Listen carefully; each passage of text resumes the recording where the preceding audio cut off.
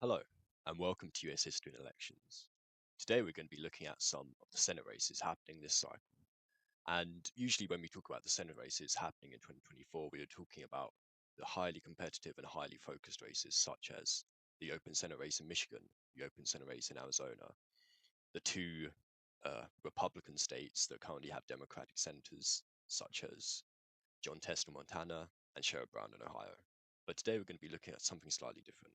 We're going to be looking at four races in Nebraska, in Texas, Florida, and Maryland, and why these usually rather overlooked races in fairly safe states for each respective party might have the chance, a small chance, of data indicating that something might happen to the opposite of that. And this is not a prediction saying that Nebraska is going to go blue or that Maryland is going to go red, but I'm saying that there are data sets, there's news headlines, and there's trends in essence that are showing that these races are a lot closer. So first of all, we're going to be heading over to Nebraska. Now, what is happening in Nebraska? There is a incumbent, Debbie Fisher. She has been a Republican senator for a while now, and the Democrats are not even running a candidate in this race. But that makes it very interesting because there is an interesting independent running. His name is Dan Osborne, and as you can see in this polling, bar the Debbie Fisher internal poll, there is results showing within the margin of error that Debbie Fisher could be in trouble here. Now, let's just get out of the way. All of these polls are done by Dan Osborne or Dan Osborne associated pollsters, so therefore they are going to be biased. But the fact that they are even close in a safe Republican state, a Republican state that has not gone Democratic since LBJ won it in the 1964 landslide presidential election. We are talking about a huge political earthquake if it did happen. And this poll that just came out a few days ago that says it is a even tie at 42 to 42% is a very interesting one. Here's a news story that someone reported on it, and just to give a bit of background on as to who this Dan Osborne fella is. He is a 48-year-old military veteran, best known for being a union leader in the state. 2 years ago, he led a huge strike in against Kellogg's, and he was joined by a number of other factories across the Midwest. And he won the endorsement of the very influential and very powerful UAW, United Auto Workers. And he has you could argue a liberal platform way to the left of any Republican platform, but he is not endorsed by any Democrats. And most importantly, he has not sought the endorsement of the Democratic Party itself. But as you can see here in the article, it states that he has raised over 1 million in the second quarter of 2024, which is very, very impressive. And Debbie Fisher, the incumbent Republican, has not even raised 700,000 in the same period. So there is signs to show that, albeit the data is very limited in a state like Nebraska, which many people are simply going to overlook, even if these numbers do show a potential for something crazy to happen. I think it's very interesting to look. I want to say, give it a couple more months. By the time we get to September, October time, we are going to have a much better idea of where this race is actually headed, if it is going to be competitive at all. But I would say it's going to be a lot more competitive than it would be if it was a standard Democrat running. Because back to the article again, the internal poll I showed you of Debbie Fisher leading by 26 points. In that same poll, the people who are polled, 75% of the respondents said they had no opinion of Osborne. That is a huge number, and it shows that if he does manage to use that significant campaign funds in a pretty low-key Senate race to get his name recognition up, then we could be seeing a very, very different race. So one to look out for. Now we're going to head over to Maryland. And not much was going on in Maryland. The main focus was on whether the Democratic primary would elect Angela Alsobrooks or David Trone, a huge, very rich man who was pretty much financing his entire campaign by himself.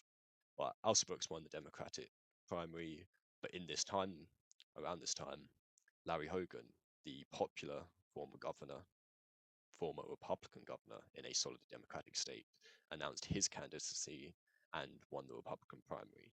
So now there has been much talk about whether Brooks actually has to compete this seat, which typically would be a very, very safe Democratic hold in the Senate. And you can see the polling that has been done. This is before the primary, so I wouldn't look too much into that. It was quite biased to either of the candidates, especially Trone, trying to make sure that he was better, the better um, option to fight Hogan. But Brooks won the primary fairly comfortably in the end, despite some previous doubters. And the polling that has been done pretty much shows her up by, on average, getting to close to double digits. But we cannot just pass out that Brooks is going to win this, because Larry Hogan, like I said, was a two-term, very popular Republican governor, and a Republican governor that has criticized Trump openly, publicly. It's not going to support him. It's not going to vote for him. Push back on many of his measures and many of his rhetoric. And in a democratic state, that's exactly the sort of Republican you want to be running to have a chance. And there's only a picture of them 2 years ago in 2022. It's quite interesting because the second that Larry Hogan announced his candidacy, the Democratic establishment in the state had all been supporting Brooks in her primary run against Trone, and they did this huge campaign event where all the Democratic establishment, party leaders, mayors, executive council managers like herself, came together, the senators as well, came together and said, we are supporting the Democratic candidate, do not vote for Larry Hogan. But there was a huge amount of money that has been raised, 20 million in the race for the last, more than half that in the last quarter. We just saw in Nebraska there was not even 2 million raised in in the second quarter of 2024. So clearly there's a lot of money to be made and a lot of money being invested into this Senate race, because I do believe that the Republican Senate campaign do believe that this is a good chance for a pickup, and they're going to be aiming for a lot of pickups this election cycle because it is a very, very defensive map for the Democrats this time round and a very, very offensive map for the Republicans round. And I still think Brooks is going to win, but again, give it 2 months, more information on this Senate race, and we'll have a much better idea of what's going to happen. Now, these are a bit closer and a bit more interesting Senate races. The first two are, still long shots for the respective candidates. But we're going to be going to Texas, and Ted Cruz is running for re-election. Remember, in 2018, he also ran for re-election, and it was a very publicized nationwide race against young upstart Beto O'Rourke. In the end, Beto O'Rourke lost by 3 points, but 3 points to an incumbent Republican senator in Texas was a huge news story back in 2018. Now, so it isn't so much, and more importantly, Ted Cruz is seen as a rather unpopular incumbent. If we go here, oh yeah, it's just Debbie Fisher. If you want to know even more as to why Debbie Fisher might have a struggle in Nebraska, she only has a 5% uh, disapprove to approval rating in a state that regularly votes 20 points for the Republican presidential candidate. So that's one to look out for. Now we're going to be looking at Ted Cruz. There he is. And back in 2017, he was a fairly approved senator, 20 points. Come 2024, and that lead has shrunk down to 5 points in a Republican state, but only a likely Republican state, probably votes 5 to 10 points in favor of Republicans this time round in the presidential election. So there's a good reason, and Ted Cruz has himself warned at the RNC last week that this race is not in the bag. Colin Allred knows, looking at the polling, we'll just have a quick look here, +3 Cruz, +3 Cruz, +4 Cruz. And the ones that have been done internally show him up +10. And there was a more recent one that was done by Active Vote that showed him leading by 8 points. If that holds, then Cruz is going to win his re-election bid fairly handily. But he knows that what happened in 2018 could repeat itself. It says, Beto O'Rourke, he was a congressman representing El Paso, and he came within a 3-point margin in 2018, albeit in a Democratic wave year, but he did become very, very close and very, very competitive with the incumbent Republican senator, who, as you can see in this map, in 2018, when the election was held, had a 14-point approval difference. Now he only has a 5 approval difference. So there is a very good chance that it could go in the other hand, and the Democrats could get a very surprising pickup, but an unlikely pickup at this point. And an even more unlikely one for Democrats to pick up could be in Florida. Rick Scott is up for re-election. The former governor, he ran as a first-time candidate in a very close race in 2018, but he won. And he is up for his first time of re-election against, at the moment, technically, we do not know.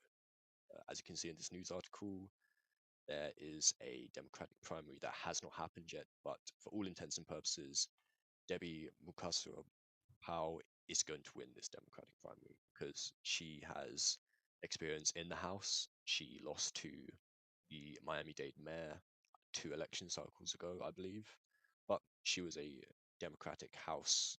She represented a part of Miami in the House for 2 or 4 years, from 2017 to 2021.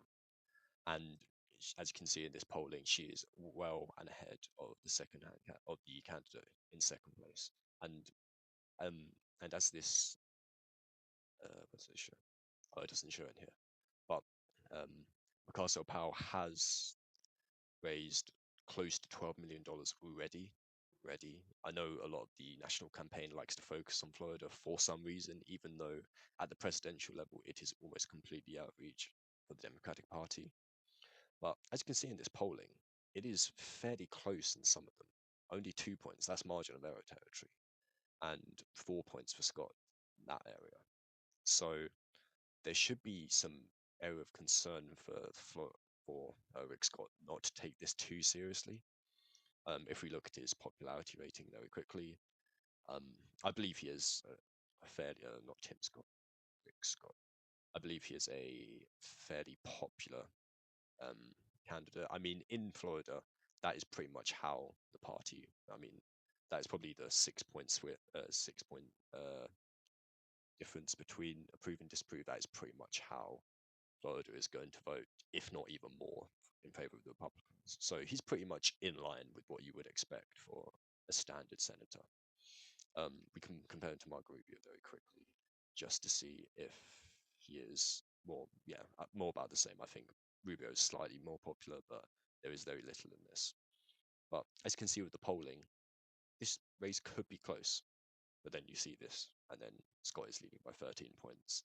And at the end of the day, I don't think there's going to be many doubts with Rick Scott winning. But let's just say that all these races that I did look at did actually go for the underdog candidate at the moment. So Larry Hogan picks up Maryland, and the Democrats pick up Texas, Florida, and Nebraska.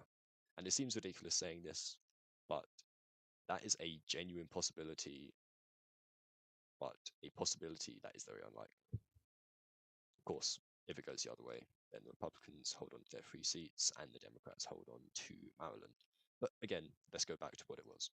Just looking in a very possible scenario that could happen. This leaves the 7 main Senate races that everyone's looking at to decide the Senate. And if it went this way, then the Democrats could hold on to the ones that they will do fairly well in. That would be Nevada, Michigan, and Wisconsin. And then they'd only have to pick up 2 and the presidency to win, because the Republicans are heavily favored to win the Senate, because if they did win those 3, then they are already over the top, which is and if they did win those 3 and Maryland as well, then they're already over the limit that they don't even need the presidential candidate to win for them to have control of the Senate. So it's very interesting to look, because these are 4 Senate races that pretty much have 0 focus, if any, or very minimal focus on them. And there is a very fair chance that something out of the ordinary could happen in at least one of these races, but it is too early to tell. It's not even August yet. By the time of October, we will have a much better understanding. We'll have some more polls. We'll have some more news stories come out. We'll have some more fundraising and campaign and advertisement information available. So at the moment, these are just ones to look out for. Unlikely for the underdog candidate to win in these, but anything can happen. So thank you for watching. If you enjoyed this video, I will be putting out more videos related to the upcoming elections this year. And don't forget to subscribe, and I'll see you soon.